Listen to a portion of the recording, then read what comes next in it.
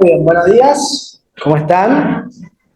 Como saben, me gusta ponerle título a los mensajes. Y este mensaje tiene como título: Pensaron que era el fin.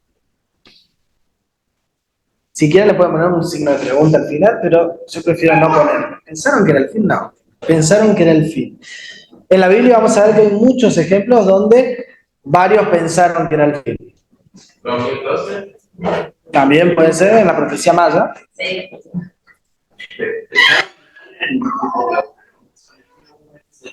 Se terminó. Triste por amor. Exactamente, puedes aplicarlo así. Bien, ahí entró el romanticismo. Bien, bien. Raca ahí, santiagueño, vamos. Muy bien, muy bien. Por ejemplo, pensaron que era el fin cuando Adán y Eva comieron del fruto, quizás. Dijeron, ahí se terminó todo, rompieron el pacto. Pensaron que era el fin cuando vino el diluvio. Pensaron que era el fin cuando Abraham llevó a Isaac al sacrificio y dijeron acá, chao Isaac.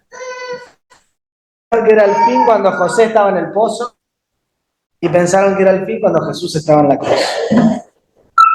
Sin embargo, ahí fue un nuevo comienzo y en todos esos casos fueron nuevos comienzos. Yo este fin de semana me ponía a pensar un poco lo que era nuestra vida en comparación con en las situaciones que vivimos nosotros en el día a día, y por ahí decimos, este es mi fin, hasta acá llegué. Y sin embargo, nosotros dentro del universo, de lo que Dios ha creado, de lo que Dios es, yo me imaginaba, no sé si ustedes se acuerdan, pero o acá pasaba, pero en el norte, llegaban a las casas, golpeaban la mano y te ofrecían enciclopedias. Sí. Te ofrecían una enciclopedia que eran unas cosas así de alta más o menos y te decía, esto te va a servir para tu hijo, para todo el secundario. No sé cómo hacían, pero te iba a servir para todo el secundario. La cosa es que mi mamá compraba esas cosas muchas veces y yo no lo abría nunca en la vida.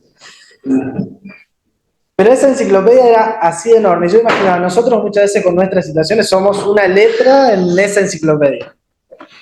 Nosotros estamos, obviamente, para nosotros es todo un mundo súper complejo para mí, no sé si voy a salir de esta situación, sin embargo, Dios conoce cada detalle de nuestras vidas y conoce cada letrita de esa enciclopedia, cada coma, cada punto, y se interesa por cada una de esas cosas. Quiero darles como un mini recorrido sobre Daniel, en el libro de Daniel, y vamos a hablar de las etapas que nosotros atravesamos antes. Ahí está, mira, está. Predicamos, antes del cumplimiento de la palabra en nuestras vidas, o cuando estamos ahí antes de decir, este es el fin, hasta acá llegué, por ahí es seguir un poquito más, avanzar, perseverar un poquito más. Y Dios dice, el fin lo marco yo tengo el control del fin, el cierre, la puerta que abro, nadie la puede cerrar, la puerta que cierro nadie la puede abrir. Y entonces hice 3 puntos de esas etapas que nosotros a veces atravesamos y que muchas y otras veces he llegado al final de eso. Entonces el primer punto es muy obvio, es principio. Que no se lo olviden. Uno es principio, proceso y cumplimiento. Y muchas veces de esas cosas, antes de llegar a ese cumplimiento, que además ese cumplimiento va a ser un antes y un después en nuestras vidas, porque muchas veces nos pasan cosas que nos marcan a nosotros y nos trasciende toda la vida después de eso que nos sucede. Pero a veces abandonamos antes. A veces en el principio decimos, no veo solución, no veo salida, y decimos, bueno, Dios evidentemente no estás en medio de esto, y abandonamos. Pero hoy quiero animarle a que pasemos por todas las etapas y que veamos cómo cada uno de nosotros podemos atravesar por esas etapas y Dios va a estar presente con nosotros. ¿Amén? La primera es el principio. Si ustedes, no le voy a hacer leer todo, Daniel, pero vamos a hacer el primer punto es el 1, el segundo punto del capítulo 2 y el tercer capítulo es el punto 3, que es el cumplimiento. Para hacerlo así muy resumido, súper resumido, Babilonia invade Jerusalén o sitia Jerusalén y el rey con un nombre rarísimo, Nabucodonosor, así para ponerle un hijo y decirle, no sé cómo le decís, Sor, Nabu, no sé. decide pedirle a sus generales que lleven a los más capaces, a los que tienen más conocimiento o más virtudes, más fuerza, más vigorosos, de buen parecer, todo lo mejor quería porque quería llevarlo para que le sirvan a él en el palacio. Y entonces cuando eligen, entre esos se eligen a 4. A ver si se acuerdan. Uno era el autor del libro, Daniel. Después era Ananías, bien ahí, ahí vamos el original. Ananías, Azarías, Misael, ese era el de la M. Eran 4. Daniel, Ananías, Azarías, Misael. Misael, Azarías, en realidad siempre lo nombran al revés, pero lo puse yo. Y después pasa esto que habla Ivana en cuanto a los nombres. Pero bueno, yo lo que quería rescatar al comienzo es de que cuando ellos apenas llegan a Babilonia, les dicen, ustedes van a tener que comer, ahora justo me estoy hablando de Andy, mirá, van a tener que comer la comida que le trae el rey. ¿Y qué era la comida que le traía el rey? Era un asadito, eran vinos, frutas por donde quiera, todo tipo de comida abundante. Y ellos ¿qué deciden hacer? No contaminarse. Le traían comida, pero de sobra. Y yo me puse a investigar y dije, bueno, ¿por qué no querían comer la comida del rey? Si era buena comida, era mucha comida. Y primero pensé, bueno, quizás por el tipo de comida que no iba con lo que ellos comían como pueblo de Dios. Y después, viendo un poquito más adelante, después ellos comen esa comida, o sea, no tiene nada que ver con eso, sino que simplemente un pacto que ellos hacen con Dios de guardarse para Dios y de decir, bueno, nosotros vamos a comer esto y Dios va a hacer la diferencia con nosotros. Y entonces, en medio de ese proceso, ellos deciden comer solamente legumbres. Ahí las nutricionistas pueden tirar ahí legumbres, no beber vino, se cuidaban de todas esas cosas y le dicen al que los cuidaba, porque encima era llegar a un convenio con el que estaba a cargo de ellos, con el que ellos, la persona que estaba cuidándolos a ellos, o haciendo de que coman bien, de que estudien, de que se aprendan la lengua local y todo. La cuestión es que dice la Biblia que hagan gracia o le caen bien a la persona y dicen, bueno, y ellos le dicen, por 10 días dejanos comer esto. Dejanos comer esto por 10 días. Y después, si nosotros hacemos la diferencia con los otros, permitimos que sigamos comiendo esto, si no, vamos a comer lo que comen los demás. No lo dice, pero se sobreentiende que no van a seguir con esa dieta distinta. Y bueno, pasan 10 días y dice la Biblia de que los encontraban 10 veces mejores que los otros, en cuanto a conocimiento, en cuanto a fuerza, al semblante, a la cara era distinta. Y entonces lo primero que yo rescato de esto es que cuando estamos en ese momento, porque ellos están en un momento sumamente difícil, lo habían, entre comillas, secuestrado, lo habían llevado a un pueblo que no era el suyo, y entonces estaban como cautivos. Y en medio de ese cautiverio ellos decían, lo primero que decían hacer es no contaminarse. Entonces nosotros en medio del momento difícil lo que tenemos que tener cuidado es de no contaminarnos. Acá está el ejemplo de la comida, pero nos podemos contaminar de un montón de cosas. En nuestras situaciones laborales nos podemos contaminar con acciones, con cuestiones ahí o decisiones que tenemos que tomar. Por ejemplo, a mí me pasa mucho, no sé por qué, pero tengo varios proveedores que son increíblemente malos administrándose, entonces por ahí me entregan cosas y no me las anotan a cuenta, por ejemplo. Soy yo el que le tengo que llamar y le digo, mirá, esto no me lo cobraste. Tenés, no sé, medio kilo de plata a favor tuyo y no me lo cobraste. Entonces, yo podría decir, no, yo si llamo y digo, che, me entregaron tanto, me dice, no, no se lo diga, quizás me dicen. Yo directamente decido solucionarlo, por no combinarme con eso. Eso también me lleva después que vengan y me confíen lo que quieran en cuanto a los mismos proveedores. Pero lo que hoy es, a veces tenemos en el día a día un montón de cosas que nos llevan a contaminarnos y a mezclarnos con esas cosas que a la larga tienen sus consecuencias. ¿Y qué es lo primero que les sucede, lo posterior, perdón, que les sucede también cuando ellos llegan a Babilonia? Que ahí tiró Ivana un pie ahí, porque yo le pregunté los nombres y ella dijo Abednego, o Abednego, como quieras acentuarlo. Daniel era Balsasar. Ananías era Sadrach, Misael era Mesac y Azarías era Abednego. Le cambié el nombre. Entonces lo primero que quisieron hacer con ellos es quitarle la identidad, el sentido de pertenencia a su pueblo.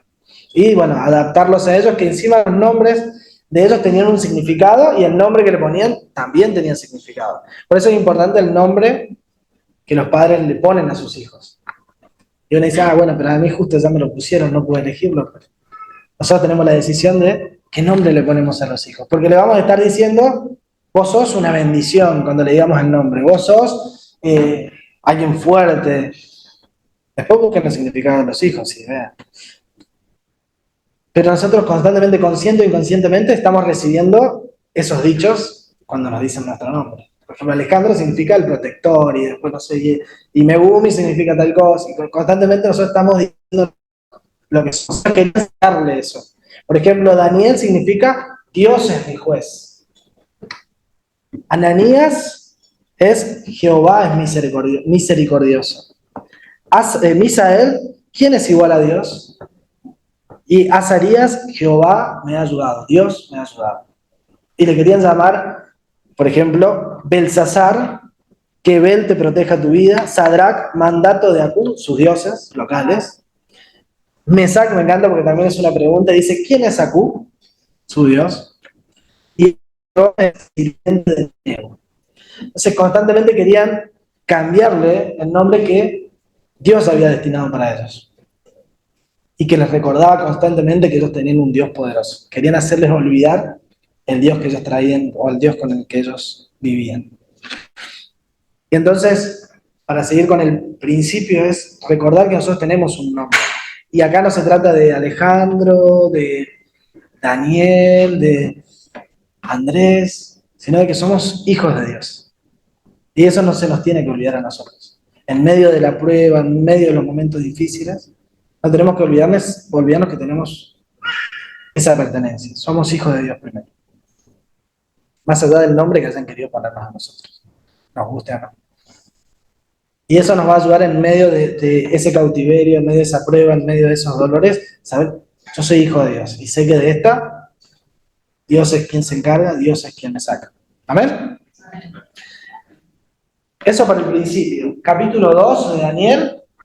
Después lo voy a hacer leer, así que vayan ahí buscándolo cerquita. Es el proceso. ¿Se acuerdan que si lo leyeron o escucharon la historia, porque muchos escucharon la misma historia, es cuando Nabucodonosor hace una estatua, hace una imagen? Que no es una imagen, como algunos dicen, podría haber sido una imagen de él, otros dicen una imagen de su Dios. Lo más probable, con lo que más coinciden, es que es una imagen de uno de los dioses que él adoraba. Era enorme, tenía 7 codos por 6, impresionante. Y lo que buscó hacer Nabucodonosor era juntar a todos los poderosos, o a sus jefes, a los comandantes, y ahí usas nombres raros, que son nombres griegos, sátrapas y títulos así que tenían todos ellos, para unificar, para buscar una unidad entre ellos y que todos adoraran a ese Dios. ¿Y qué hace Daniel, Ananías, Azarías, Misael?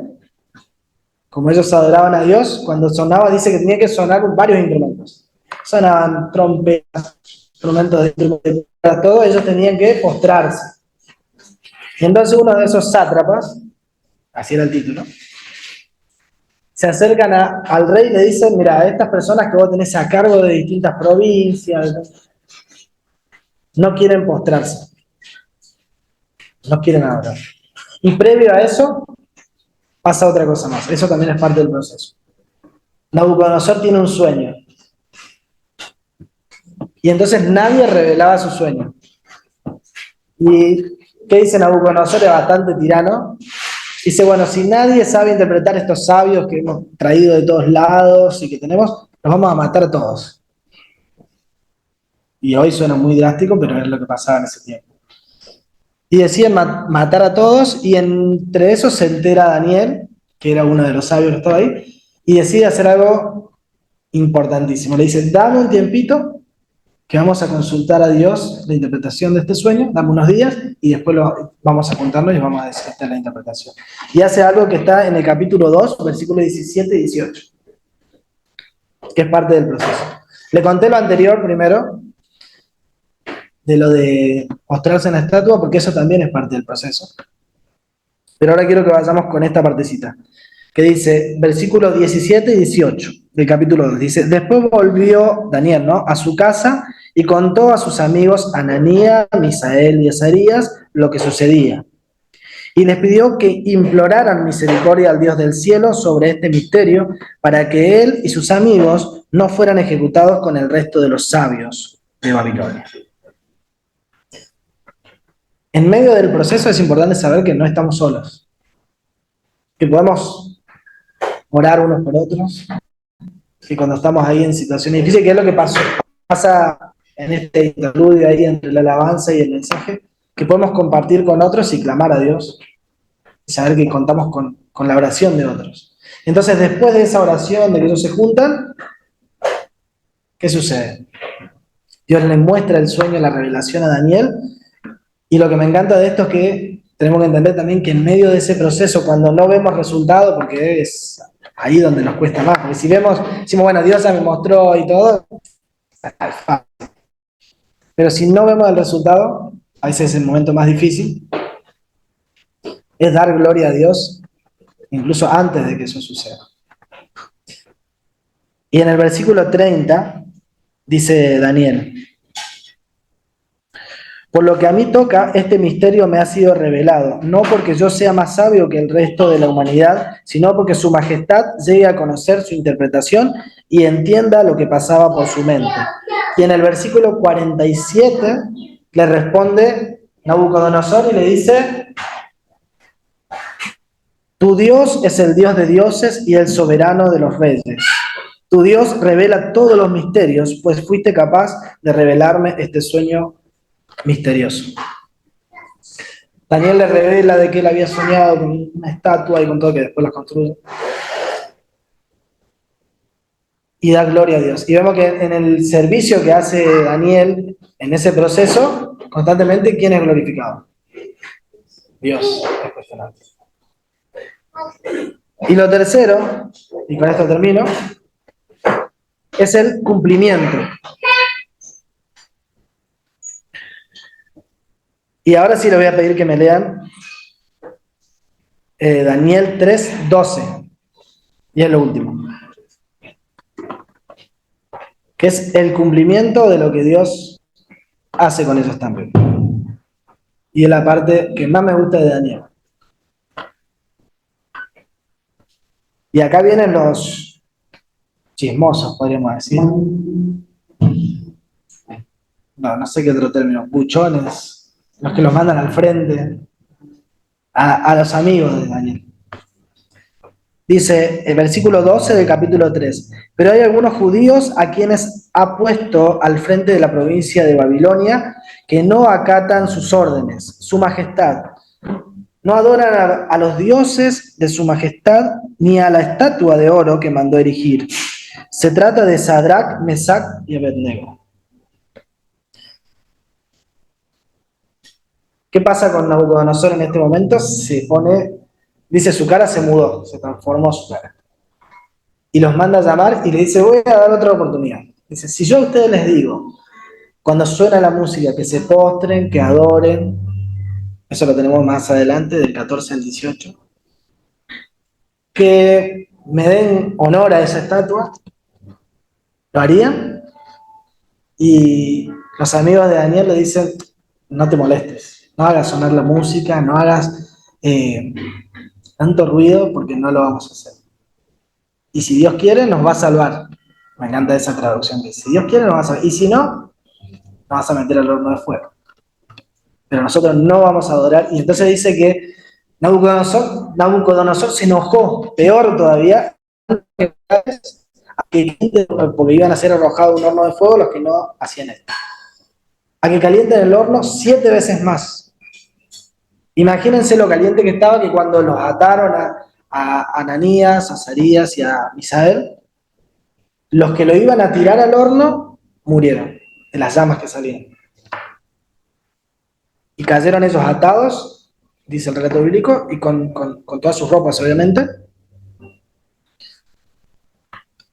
Y estas personas murieron. Y después pasa algo que a mí me encanta. Porque está Nabucodonosor sentado viendo cómo este show pasaba, que se morían esta gente y que los tiraban adentro.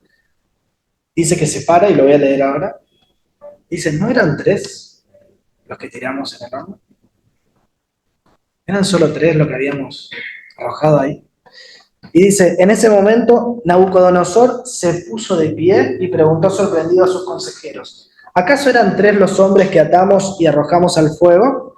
Así es, su majestad, respondieron. Pues miren, exclamó, allí en el fuego veo 4 hombres sin ataduras y sin daño alguno, y el cuarto tiene la apariencia de un hijo de los dioses. Dicho esto, Nabucodonosor se acercó a la puerta del horno y gritó, Sadrac, Mesac y Abednego, siervos del Dios Altísimo, salgan de allí y vengan acá. Cuando los 3 jóvenes salieron del horno, los sátrapas, prefectos, gobernadores y consejeros reales se arremolinearon, empezaron a girar alrededor de ellos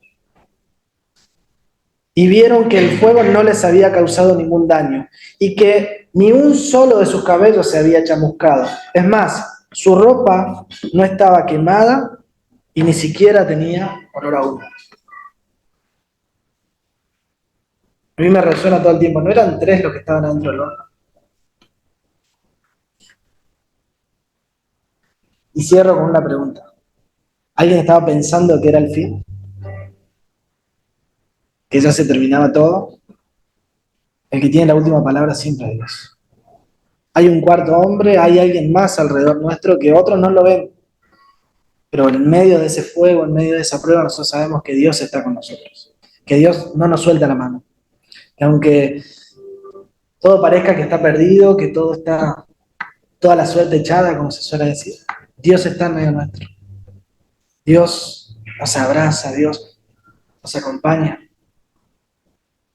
Ni el fuego, ni las aguas, nada, nada, nada nos puede derribar si Dios está con nosotros. ¿Amén? Quiero que oremos juntos y oremos con agradecimiento a Dios por lo que Él hizo y por lo que va a hacer. Y que oremos confiando en que Él tiene el control de todo. Él es soberano. Le he cambiado el nombre a algunos puntos, pero uno era Dios es soberano. Simplemente para ordenarlo le puse este nombre, pero Dios es soberano en todo. Dios tiene el control de todo. Señor, gracias.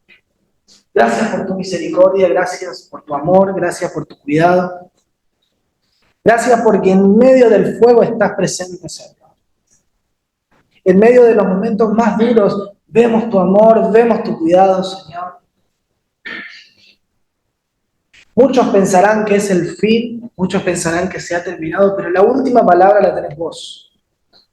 Dios soberano, Dios poderoso, Rey de reyes, Señor de señores.